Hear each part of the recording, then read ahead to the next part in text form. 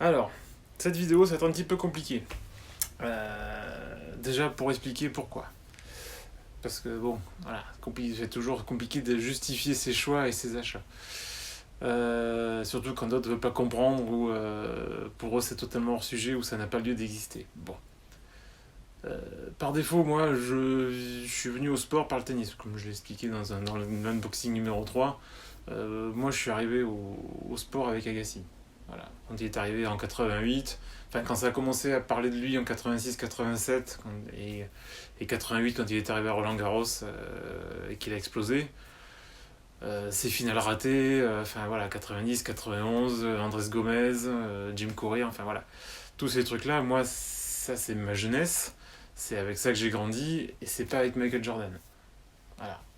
Donc moi, première chaussure que j'ai voulu, c'est la AirTag Challenge 2, comme tout le monde appelle Hot Lava maintenant, et qui a été trois fois, je crois, proposée en rétro.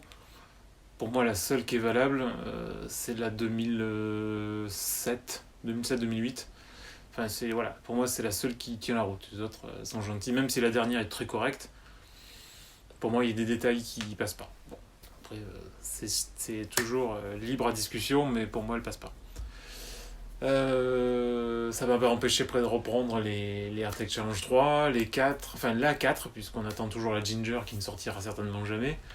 Mais c'est vrai qu'au niveau Agassi, voilà, j'essaie d'avoir une collection de fringues qui est assez exhaustive, même si je commence à partir des années auxquelles je me suis vraiment posé dessus, donc c'est, on va dire, sérieusement, c'est 94-95 et au-delà. Mais voilà, moi, le sportif qui m'a toujours bluffé ou intéressé ou subjugué, c'est pas Michael Jordan. Malgré que ce soit théoriquement, je devrais être en plein dedans, mais voilà, non, moi c'est Agassi et d'autres joueurs de tennis, mais voilà, c'est principalement ça. J'avais en plus, mes parents n'avaient pas Canal, donc les matchs de NBA, moi je les ai pas vus ou rarement, ou par exemple ou éventuellement chez mes grands-parents, mais à la limite je voyais la NBA, mais surtout ce que j'attendais derrière c'était le catch. Donc c'est con, mais voilà. Moi la NBA ça me parlait moyennement. Voilà, toujours comme ça. Là-dessus, par contre, voilà, quand tu commencé à avoir ce qu'on appelle des crossovers, donc par exemple Federer avec Jordan, bon, on l'a vu, j'ai copé la Vapor Cross Jordan 3, parce que je trouve que c'est un beau modèle. Récemment, on a vu euh, Nick Kyrgios, donc l'Australien, collaborer, on va dire, avec Kyrie Irving, qui lui aussi australien, et donc en fait ils ont fusionné la Kyrie 4, 4 ou 5, 5, Kyrie 5, et donc la Vapor 10, avec laquelle Nick Kyrgios joue, et donc on a ce fameux strap qui est allé se poser sur la Vapor 10. C'est joli, sans plus, moi personnellement ça me parle pas trop. Je trouve que c'est plus un effet esthétique qu'un vrai crossover intéressant. Contrairement par exemple à Serena Williams, qui pour son 23e titre du Grand Chelem, a eu droit de la part de Jordan donc à un coffret spécifique. Je dois avoir la photo là, je dû trouver ça quelque part, où donc il y avait une Edgy One rose, une Flair, donc la paire de Serena de l'époque, la Flair en rose et en rouge, tout ça en cuir. Alors que théoriquement, la Flair, hop, c'est que du synthétique, voilà. C'est vraiment une paire tennis, une paire perf. Mais il y a eu un crossover intéressant entre la Flair et la G1 où ils ont fait un joli mariage qui était sympa. Et là, c'est un peu pareil. Voilà, donc c'est pour ça que ça va discuter, qu'à mon avis ça va râler un peu. Pourquoi me dire que j'ai acheté une merde? C'est possible, mais moi ça me plaît. Voilà, donc là-dessus. Donc, tout ce qui est de plus basique. Je vous sors le tag. Déjà, vous allez dire qu'est-ce que c'est que ce truc. Ah. Donc, la Zoom 0. Nike Court Zoom 0, elle est arrivée l'an dernier. Sloane Stephen l'a inaugurée à Roland-Garros dans un coloris blanc avec justement des petites touches de haute lava. Elle était pas, en tout cas, moi je ne l'ai pas trouvé. C'était certainement une PE ou un wear test. En tout cas, moi j'ai eu beau chercher, impossible à trouver. Donc la Zoom 0 a été officialisée, on va dire, donc mise en vente vers l'US Open, il me semble. Donc quelques semaines ou mois après, quoi. Et là, donc les coloris de la Zoom 0, vous l'avez donc en homme, en femme, et dans des coloris assez variés. Et bien sûr, toujours spécifique chez Nike Court ou Nike Tennis. On a donc course synthétique, terre battue et gazon. Voilà. Et donc ça c'est la paire qu'elle a portée cette année à l'US Open. Malheureusement, Bichette, elle a pas passé le premier tour. Donc c'est vrai que ça n'a pas aidé pour parler de la paire, malheureusement. Donc on l'a pas vu beaucoup. Elle a fait en gros quelques apparitions avant. Bien sûr, il y a eu un petit peu les médias qui en ont parlé. Mais en soi, la paire sur le terrain, on l'a quasiment pas vue. Voilà, elle a fait un match, elle a perdu. Bon, voilà, rentre chez toi, basta, quoi. Donc la paire, elle a un petit peu disparu des radars. Là-dessus, elle était quand même à 190€ retail. Elle a été soldée récemment à 130 et des brouettes. Et étant donné qu'il y avait le fameux code OCT20, j'ai pu la choper à 106€ ou un truc comme ça. Donc quasiment moitié prix. Donc vous allez voir ça tout de suite. Et là, ça va gueuler, à mon avis. Je sors le pied droit. Ouais, allez, je sors le pied droit. Donc on a, et je vais sortir les deux pieds parce qu'il faut que, voilà, parce qu'il y a un petit détail. Sympa.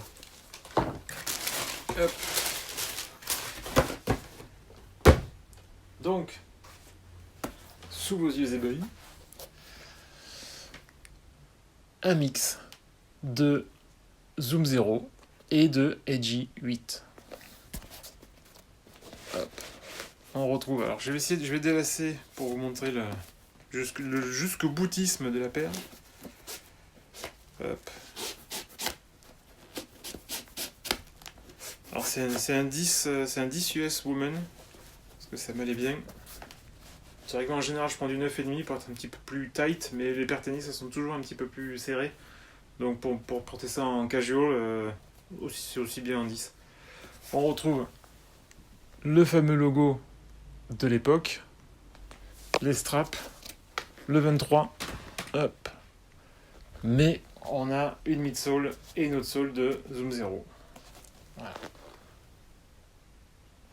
Donc esthétiquement, ça peut surprendre, mais moi je trouve ça génial. Voilà. Ça c'est du crossover réussi.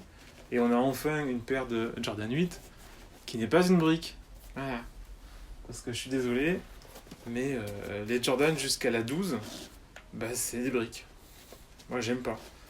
Voilà. J'ai un petit faible pour la Jordan 3. Je la porte, mais je la porte pas. Je la porte une demi-journée, une journée max, quoi. Après j'en peux plus, quoi. Je change. Hein. Je peux pas faire 2 jours avec une Jordan 3. Et donc, petit détail, hop, je vais m'approcher. On a le 23 sur le pied droit et le 93 sur le pied gauche. Pourquoi le 93 ? Parce que certes, c'est l'année de la sortie des chaussures, mais c'est aussi l'année de naissance de Sloane Stephen. Voilà, vous savez tout. Donc moi je trouve que c'est une paire qui est mortelle. En plus on a du Free-M, comme à l'époque, sur le talon, sur le heel tab, sur tout au niveau des œillets. Les scratchs, le système de lassage en croix, comme à l'époque de la Air Red, est fonctionnel. C'est une paire qui est assez confortable en plus. Alors en tennis, je sais pas trop ce que ça peut valoir, même si je suppose que par rapport à la semelle, bon, on doit être nickel puisque c'est du zoom. Hein. Voilà, on n'est pas sur un petit bout de zoom devant, un petit bout de zoom derrière. Hein. C'est total, hein. C'est complet. Donc voilà, enfin, moi je trouve que c'est une paire qui est super cool. Voilà. Après je peux comprendre que certains ne comprennent pas l'intérêt d'acheter une hybride comme ça. Il y a c'est un petit bout, entre guillemets un petit bout d'histoire, voilà.